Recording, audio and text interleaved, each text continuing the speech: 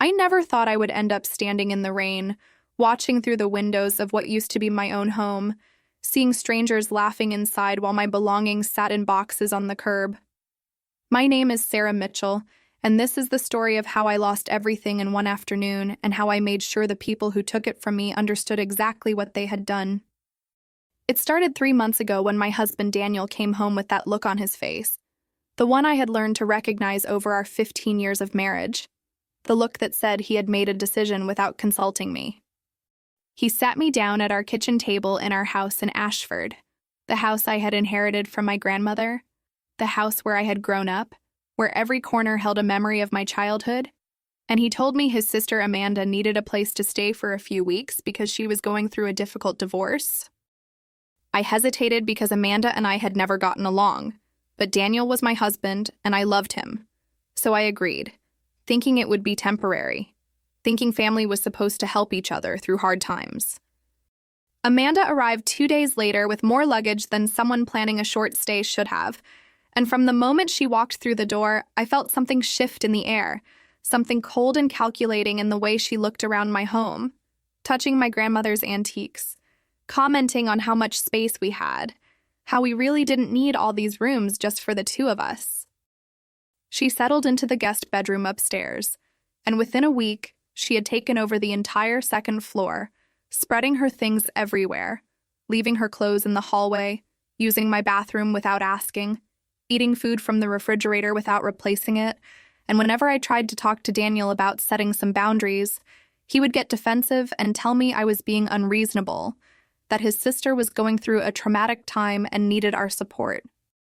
I tried to be understanding because I knew divorce was painful, but Amanda didn't seem traumatized at all. She seemed comfortable, too comfortable, and she started inviting people over without asking, friends of hers who would stay late into the night, drinking wine in my living room, laughing loudly while I tried to sleep because I had to work early the next morning at the elementary school where I taught second grade. One evening, about 3 weeks after Amanda moved in, I came home from work exhausted and found her sitting at my dining table with Daniel, and a man I had never seen before, a lawyer named Robert Harrison, who introduced himself with a firm handshake and a smile that didn't reach his eyes. They had papers spread out across the table, documents that I couldn't quite see from where I stood, and when I asked what was going on,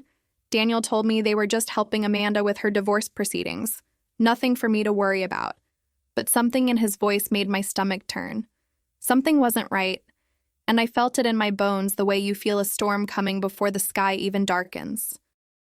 Over the next few weeks, Amanda became more aggressive in her behavior, more territorial, rearranging furniture without asking, redecorating rooms, acting as though she owned the place, and when I confronted her about it, she would smile sweetly and tell me she was just trying to help, trying to make the house feel more modern, more alive, as if my grandmother's carefully chosen furniture and decorations weren't good enough. Daniel started coming home later and later from work, and when he was home, he spent most of his time with Amanda, the two of them whispering in corners, stopping their conversations whenever I entered a room, and I began to feel like a stranger in my own house, like I was the guest who had overstayed her welcome. Then one Friday afternoon in late September, I came home early because I wasn't feeling well, and I found Daniel and Amanda sitting in the living room with Robert Harrison again, and this time they weren't trying to hide the papers. This time Daniel looked at me with an expression I had never seen before, cold and distant, and he told me we needed to talk. He said he wanted a divorce, that our marriage had been falling apart for years, that we had grown apart. All the usual cliches people use when they're trying to justify something unforgivable. But what he said next made my blood run cold. He told me I needed to move out of the house, that Amanda would be staying there with him because she needed stability during her difficult time. And I remember laughing because surely this was some kind of sick joke. Surely my husband wasn't actually telling me to leave my own house, the house that belonged to me, that I had inherited, that had my name on the deed. But he wasn't joking, and Robert Harrison handed me a stack of papers explaining that when Daniel and I got married, I had signed documents that gave him joint ownership of the property. Documents I didn't remember signing, documents that must have been mixed in with our wedding paperwork or mortgage refinancing forms, and in my shock and confusion at the time, trusting the man I loved, I had signed away half of my inheritance without even realizing it. They were using legal technicalities and loopholes to force me out, claiming that since Daniel now co-owned the property and we were getting divorced, he had the right to remain in the house while the divorce proceedings went forward.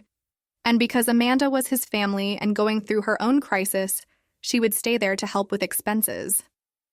I felt the room spinning around me, felt my legs go weak, and I sank into the chair trying to process what was happening, trying to understand how the man I had loved for 15 years could do this to me,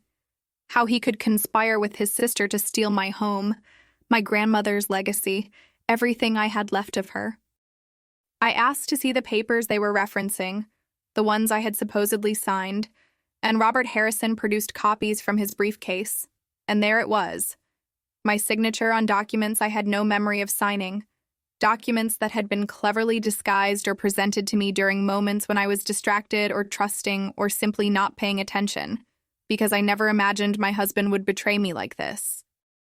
They gave me 72 hours to pack my belongings and leave, told me I could take my personal items but nothing that could be considered joint property, nothing that had been purchased during the marriage,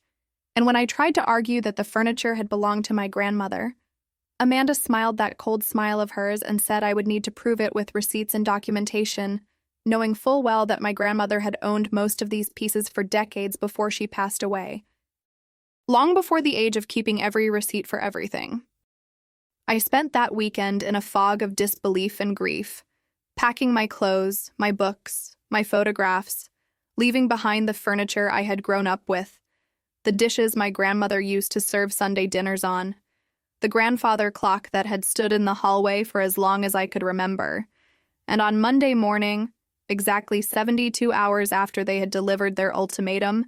I loaded the last box into my car and drove away from the only home I had ever known, watching in my rear view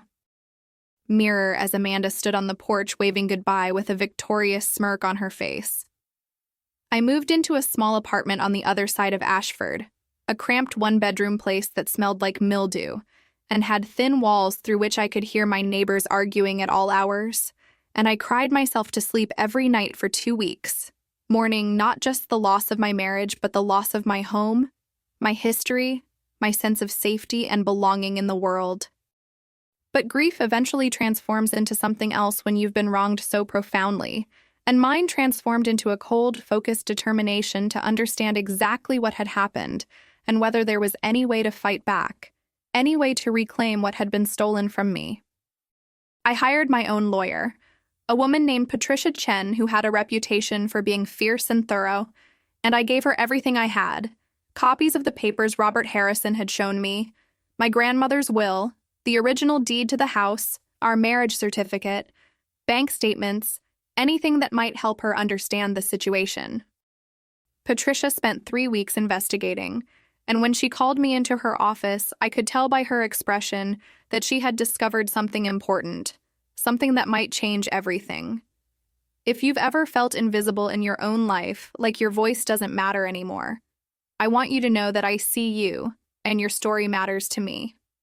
This channel exists because I believe our experiences, even the painful ones, deserve to be heard and understood. If this story is touching something in your heart, would you consider subscribing so we can continue building this community together?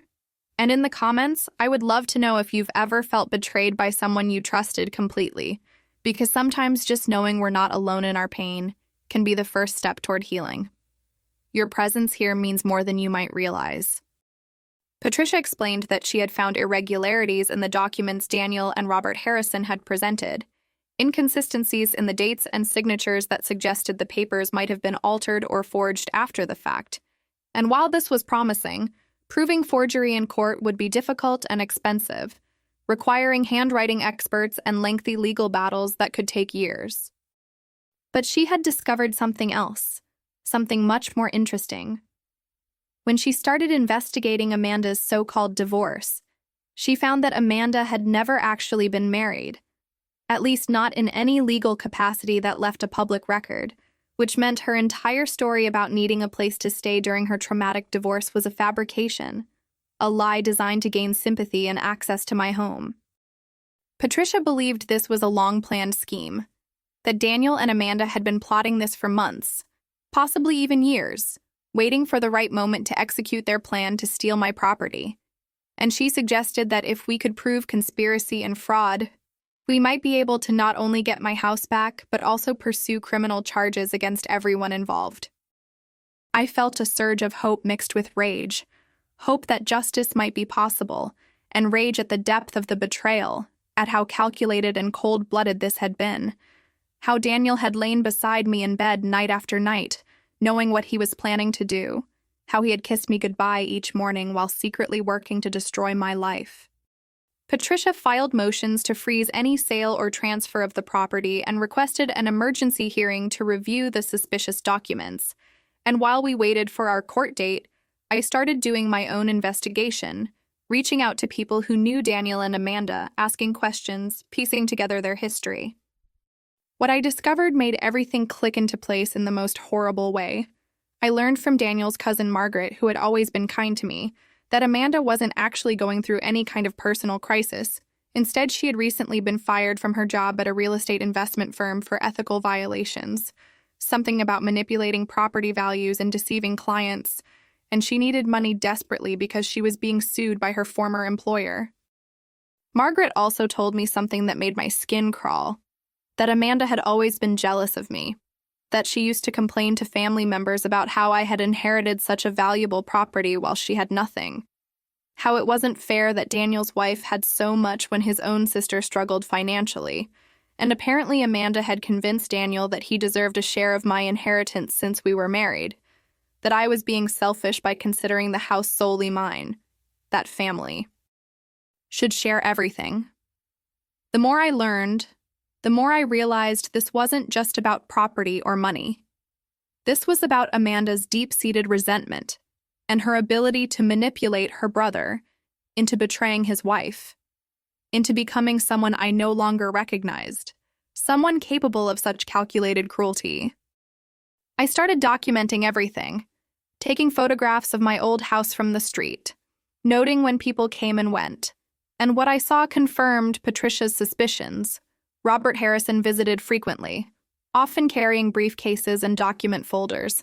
And there were other people too, potential buyers being shown around the property, even though legally they weren't supposed to sell it yet, which meant they were already planning their next move, already counting their profits from stealing my home. One evening, about 6 weeks after I'd been forced to leave, I drove past the house and saw through the windows what looked like a celebration. Daniel and Amanda and several other people toasting with champagne glasses, laughing and clearly feeling victorious. And something inside me broke open. Not with sadness anymore, but with an absolute certainty that I would not let them win, that I would fight this with everything I had, that I would make them understand they had picked the wrong person to deceive. I know many of you watching have your own stories of betrayal and injustice, moments when the people who were supposed to protect you became the ones who hurt you most. Would you share your experience in the comments? Your story might be exactly what someone else needs to hear today to feel less alone. And if you have ideas for topics you'd like to see covered on this channel, stories that need to be told, please let me know because this space belongs to all of us, and together we can create something meaningful and healing. Thank you for being here and for trusting me with your time and attention. The court hearing arrived on a cold October morning, and I sat beside Patricia in the courtroom watching Daniel and Amanda enter with Robert Harrison. And for the first time since this nightmare began, I saw uncertainty in their faces, a flicker of worry that suggested they knew their scheme might be unraveling.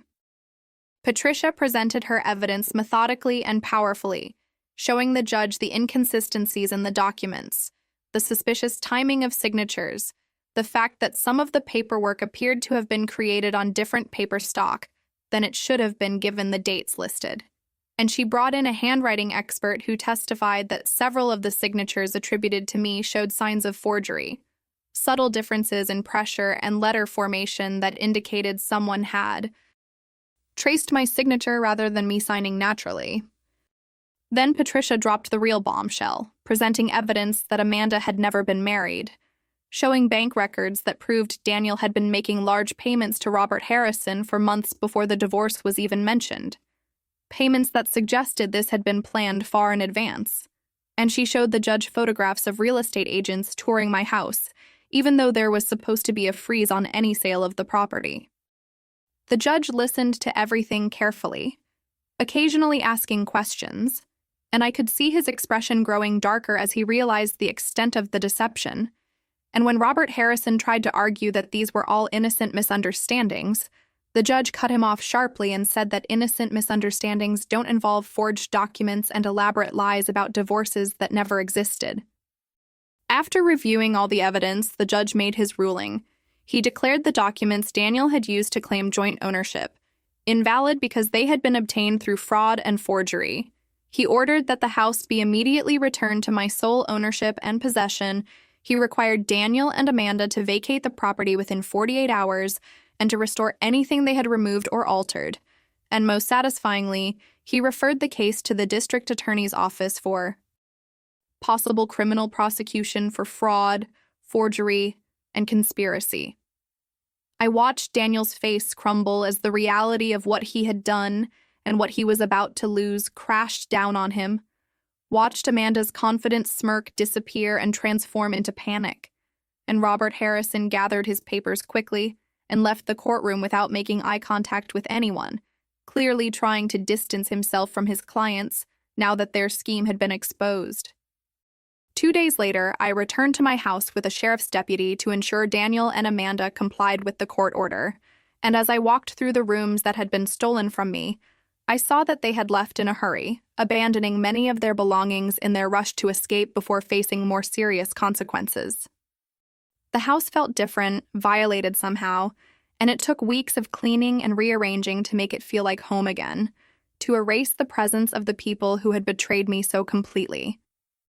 Daniel's family was divided in their reactions. Some, like cousin Margaret, apologized profusely for not speaking up sooner about Amanda's jealousy and schemes, while others defended Daniel and Amanda, claiming I had somehow driven them to desperate measures by being selfish with my inheritance, which showed me exactly how little they understood about what had actually happened, how little they cared about justice or truth when family loyalty was involved. The district attorney did pursue charges, and eventually Daniel pleaded guilty to fraud in exchange for a reduced sentence, while Amanda and Robert Harrison faced more serious consequences, with Amanda receiving jail time for her role in the forgery and conspiracy, and Robert Harrison losing his law license permanently. I wish I could say that justice made everything better, that getting my house back healed all the wounds this experience created, but the truth is more complicated than that. I did get my home back, and I did see the people who wronged me face consequences, but I also lost my ability to trust easily, lost the naive belief that love and marriage automatically meant safety and loyalty, and I gained a much harder, more cautious understanding of how the people closest to you can sometimes be the ones capable of the greatest betrayal. Standing in my living room now, surrounded by my grandmother's furniture that I fought so hard to keep, I often think about what this experience taught me about resilience and self-worth, and the importance of fighting for what belongs to you, even when the odds seem impossible. There were so many moments during those dark months when I wanted to give up, when the legal fees and the emotional exhaustion made me want to just walk away and start over somewhere new. But something my grandmother used to tell me kept echoing in my mind. She would say that the things worth having are always worth fighting for, and that sometimes the universe tests us not to break us, but to show us how strong we actually are. I learned that betrayal changes you fundamentally. It strips away your innocence and forces you to see the world and the people in it with clearer, sharper eyes. And while that clarity can be painful, it's also empowering, because once you understand what people are truly capable of, you stop being surprised by cruelty and you start being prepared for it. I also learned that the legal system, for all its flaws and complications, can sometimes deliver real justice if you're persistent enough and if you have the right people fighting beside you. and I will forever be grateful to Patricia Chen for believing in my case and for having the skill and determination to expose the truth. My relationship with Daniel's family is essentially non-existent now, except for Margaret, who still sends me Christmas cards and occasionally calls to check on me. And while losing those connections hurt initially, I've come to realize that relationships built on obligation rather than genuine care aren't worth maintaining, that sometimes the trash takes itself out and leaves your life cleaner for its absence. I did eventually start dating again, though it took me nearly 2 years to feel ready to trust someone with my heart, and I've learned to watch for red flags more carefully, to pay attention to inconsistencies, and to never ignore my intuition when something feels wrong, because my gut knew something was off with Daniel and Amanda long before my conscious mind was willing to accept it. The house itself became a symbol of my survival and my refusal to be victimized. Every room represents a battle I fought and won. Every piece of furniture that I managed to keep is a trophy proving that they didn't break me, that they didn't win, that justice eventually prevailed even when it seemed impossible. I've also learned the power of speaking your truth and refusing to be silenced, because staying quiet about injustice only protects the people who hurt you, while speaking up might help someone else recognize the warning signs in their own situation before it's too late. This experience taught me that home isn't just a physical structure. It's a sense of safety and belonging that has to be protected fiercely, because there are people in the world who will try to take it from you through manipulation, lies, and betrayal, and you have to be willing to stand up and fight back even when you're exhausted and heartbroken.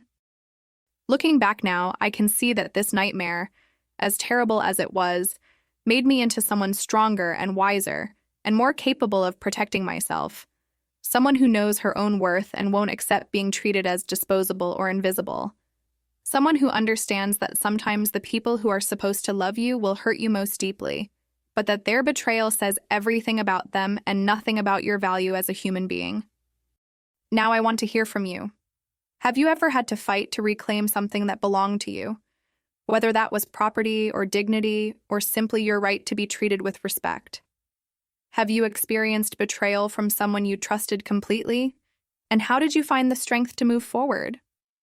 Share your story in the comments because your experience matters, and there might be someone reading who needs to know they're not alone in their struggle. If you know someone who went through something similar, or if there's a story you think deserves to be told on this channel, please let me know, because together we can create a community where truth is valued and survivors are heard and supported. Thank you for watching, and remember that no matter what you're facing right now, you are stronger than you think and you deserve to fight for what's rightfully yours.